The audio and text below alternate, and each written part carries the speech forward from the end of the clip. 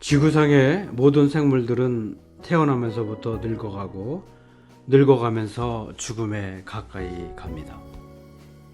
그것은 변하지 않는 세상사의 한 이치입니다. 모든 인간 역시도 한 마리의 외로운 늑대처럼 홀로 태어나 살다가 홀로 저무는 달빛과 함께 사라져 갑니다. 어느 사이엔가 혈기왕성한 젊은 날에 그녀를 향한 열정은 촘촘히 사라져가고 제도권에서의 직책에서 은퇴를 하게 되고 이제 노쇠한 육체와 함께 60세가 되었습니다. 사회적으로 시니어라는 타이틀이 붙게 되면서부터 멀쩡하게 잘 살아가다가도 위축이 되고 일종의 자괴감에 빠지게도 됩니다. 나이가 들면 왜 그렇게 되는 걸까요?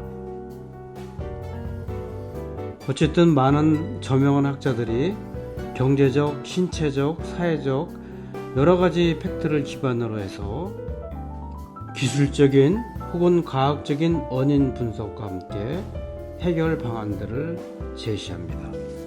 어떠한 희망찬 해결책을 듣고 있는 그 잠깐 동안은 그래도 현실을 잊고 새로운 비전을 꿈꾸기도 합니다. 그러나 이내 사회와 동떨어져 있는 나를 발견하게 됩니다. 그들 저명한 교수들이나 학자들이 내놓는 여러 사회과학적 분석과 대책들은 일단 먹고 사는 법을 가르쳐주지 못합니다. 그들은 시니어들의 현실을 현실로 접근하지 않고 학문적으로 혹은 자신의 컨설팅 시각으로만 접근하기 때문입니다.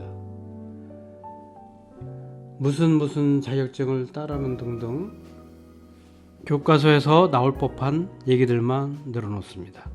그래도 그런 얘기를 들으면 무엇인가 위로가 되고 마음의 안정을 찾게 되기도 합니다.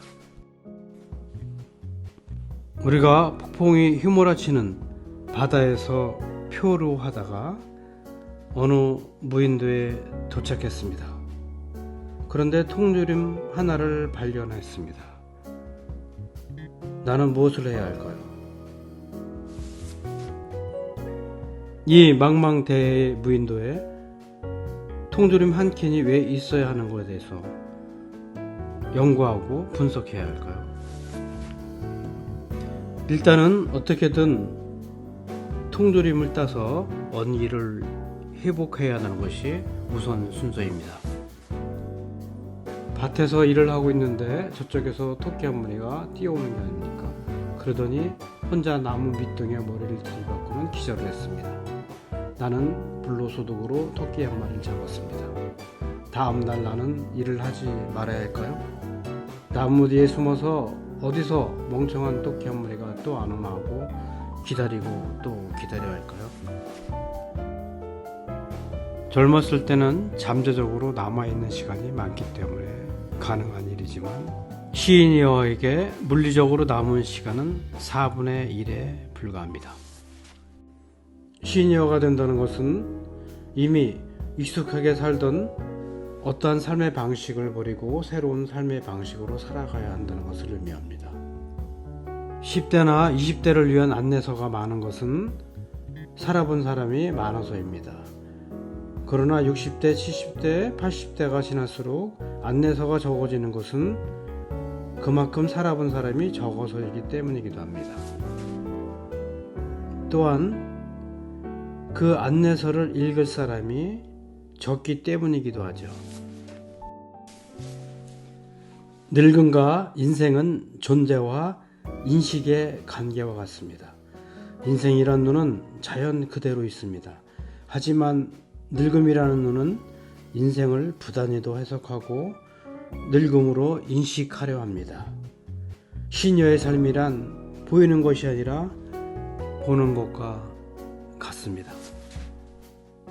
그러므로 시니어가 된다는 것은 육체적으로 젊어지지 않으려 하는 연습을 하는 것입니다. 잘 알면서도 자꾸 젊어지려 합니다. 젊은 시절에 능력자로 복원하려 합니다. 불가능한 일입니다. 나의 늙음을 인정하고 받아들이는 것만으로도 많은 고민과 걱정들이 해결됩니다. 늙음은 일종의 불치병입니다. 수십억 인류 누구든 피해갈 수 없는, 그리고 피해갈 수 없었던 평등의 병입니다. 그러나 마인드만은 젊은 마인드로 살아갈 필요가 있습니다. 그리고 젊은 마인드로 살아가면 그뿐입니다. 그리고 젊은 사람들에게 인정받으려 애쓸 필요도 없습니다. 늙었지만 나도 이 사회의 구성원의 한 사람이고 굳이 젊은 사람에게 인정받아서 나의 가치가 확인되는 것은 아닙니다.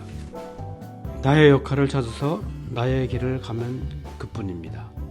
다음 편에서는 무엇을 어떻게 해야지만 되는지를 생각해 보겠습니다.